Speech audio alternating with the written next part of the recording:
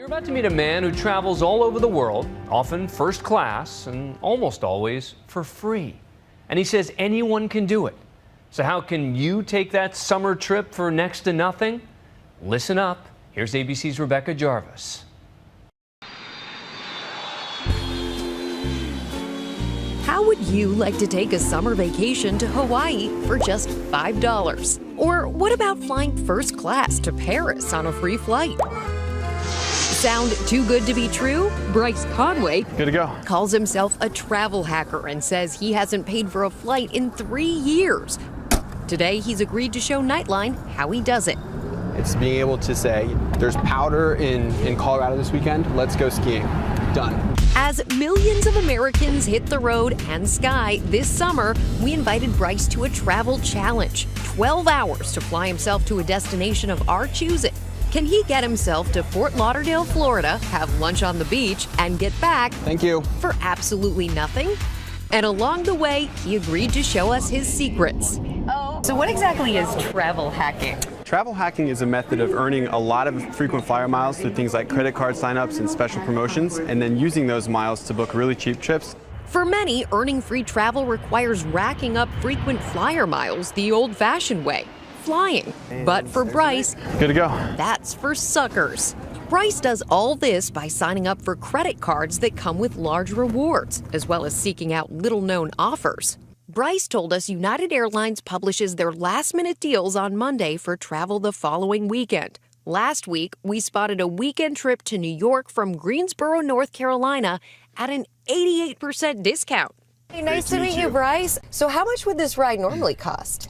To rent a car to take 3 people to the airport, $60, $70 maybe. I guess I wouldn't know because I don't do it too often. A $70 private car, totally free. Bryce tells us he scores $30 credit every time a friend or family member signs up for the service using his referral code online. Hi, how are you? Thank you so much. Are you the guy who's asking your friends to punch in codes all the time? Yeah, I am. I'm shameless when it comes to that. At the airport, these frequent flyers navigate past those huge crowds. By signing up for the Delta Sky Miles card, Bryce gets priority access and free checked bags. More savings, $45. Here we go. Destination, Fort Lauderdale, Florida. In this first-class cabin, we found passengers paying $500, $600, even $1,000 for tickets. My ticket was $550. My ticket was literally free. So was my breakfast. Using this new Barclays card, Bryce was able to redeem 40,000 miles for a round-trip ticket in first class on Delta. A savings of $570. Last year alone, I earned over 1 million frequent flyer miles sitting on my couch. Bryce says it's not about being rich. It's not something that's exclusive to like higher incomes either. As long as you have a decent credit score and can manage that and stay on top of it, anyone can do it. His secret, credit cards. I currently have 23 credit cards open. 23? 23, yeah. But what financial effect do all of those credit cards have? Bryce says his credit score actually increased after signing up for the cards. It's not that, having 50 credit cards is in and of itself a bad thing, but of course, you want to be responsible with those cards. You could lose your job, or you could just have a bad day and want to go out there and shop. And if you've got access to all this credit, that can be a pretty dangerous situation. Bryce says the best cards for earning miles come with a big sign-up bonus, enough to help you kickstart your travel plans. He recommends Chase Sapphire Preferred with 40,000 points and this Southwest Airlines Visa with 50,000 points. We soon trade those cloudy skies of New York for the sunny beaches of Florida. While our trip was just a day, if you're looking to spend the night, Bryce says check out Airbnb or Craigslist for some great lodging deals, which will often undercut hotels during the busy summer travel season. We made it. From New York That was a quick City to trip. here. That's right. And it's all free for you. It is all free, yes. We're looking for a table for 2. Come on in. Actually, make it 3. At lunch, Bryce finds ways to score even more miles. How does the menu look?